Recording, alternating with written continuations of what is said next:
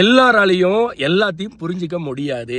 12 வருஷமா ஆச்சு இந்த கஸ்டமர் இந்த கார்டனுக்குள்ள அடி எடுத்து வச்சு ஒவ்வொரு முறையும் அவங்க செலவு பண்றாங்க. ஆனா ஒரு மன திருப்தியே இல்லை.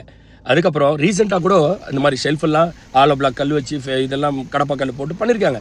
ஆனால் அவங்களுக்குள்ள ஏதோ சம்திங் மிஸ்ஸிங். கார்டன் அவங்க எதிர்பார்த்த மாதிரி வரல. ஸோ பாட் ஷாப்ட்டு அப்ரோச் பண்ணாங்க. அவங்க மனசில் என்ன இருக்குதுன்னு காது கொடுத்து கேட்டு அவங்களுடைய என்ன தேவைன்றதை முதலாவது சந்திக்கணும். ஆர்டர் எடுக்கணும்னு அவசரப்பட்டோம்னா கொட்டேஷன் கொடுப்போம். அவங்க மனசில் என்ன இருக்குதுன்றத வெளியே கொண்டு வரணும்னா என்ன செலவு பண்ண முடியும்னு பார்க்கணும். அதுக்கேற்ற மாதிரி பண்ணேன். கஸ்டமர் ரொம்ப ஹாப்பிங்க. இப்போதைக்கு ரீஇன்வெஸ்ட்மெண்ட் எதுவுமே பண்ண தேவையில்லை. அதை தான் சொல்கிறேன்.